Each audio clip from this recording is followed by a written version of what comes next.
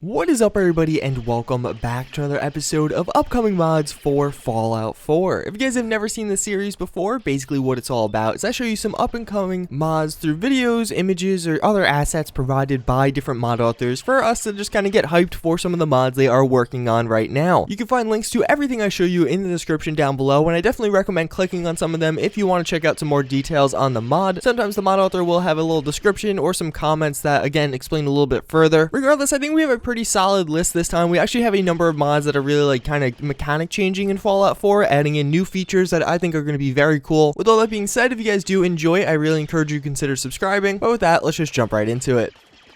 So first and foremost, we're going to have the M1A1 Thompson. So it's going to be a new mod by Sergeant Barney. It doesn't seem like this mod author has actually published a mod yet, although oddly he has work in progress pictures all the way back from 2014. As you can see, the M1A1 here does look pretty cool. This is a mod I've really wanted for Fallout 4 for quite a while now. It's one of those guns that I've really enjoyed, and I feel like we don't have a great version of it in Fallout 4, yet we could really use one. Submachine guns as a class really just aren't all that apparent in the game, and this obviously would be an improvement there. Then we also actually have a totally separate mod that I'm just going to kind of bundle together, the Thompson 1928 by Leo2 Link. This is another mod author that is also working on a Thompson mod. Obviously, the two of these are similar yet different. Obviously, the Thompson 1928 is not the kind of military variants that we know from World War II and all that. It's more of the kind of like Tommy gun as we do know it. Leo2 Link has posted a number of World War II mods already, so I'm definitely excited to see him working on this for the same reasons I'm excited for the other Thompson.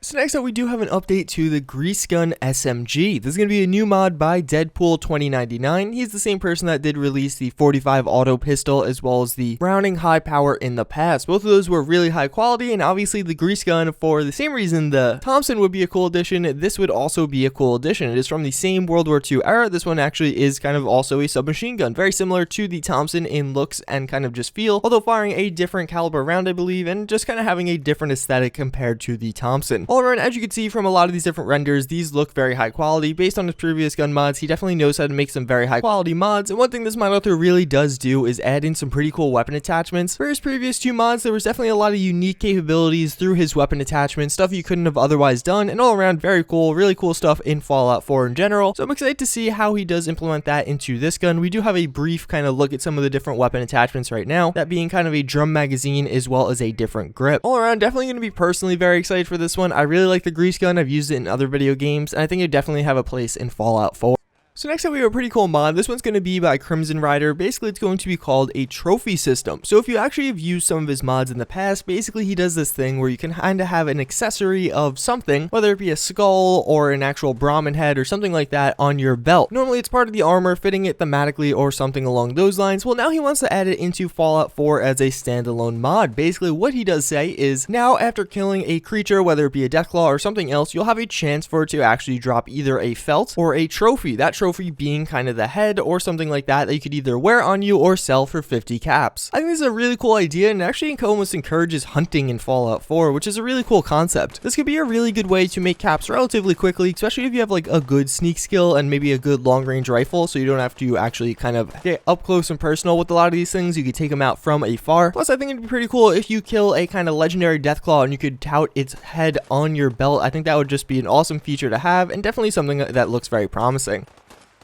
So next up, we have Hair. This is going to be a new mod by Dante. This is the same person working on the transfer settlement mods. He actually did send me this video. He did say that he is going to finish transfer settlements first and then release this one, so maybe sometime next month this one will be released. Regardless, as you can tell by the video, basically what this is going to add in is real-time hair growth in Fallout 4. So as you go about your day and your life as an adventurer, your hair on your face and your beard will just grow naturally. It'll get longer and longer until eventually you have to go to the hair cutter and, get it all chopped off. I think this is a very cool feature. It definitely is going to give you a very wasteland feel, and there's just so many cool potentials with this. He also did say right out of the box he is going to be supporting a number of custom hair mods, and on top of that, there's going to be different ways to customize how your hair will grow. So by that I mean basically you could make it so the beard grows slower and the kind of top hair goes a little bit faster. There are going to be different chems so you can control the speed of the hair growth, so maybe you don't want to worry about it as much, but you still want it to be there. All around, this mod again does look very promising. It definitely seems like one of those mods that's just going to be very cool, and even though it's a relatively minor part of Fallout 4, I think after your first few times using it, you're going to just want it in your game all the time.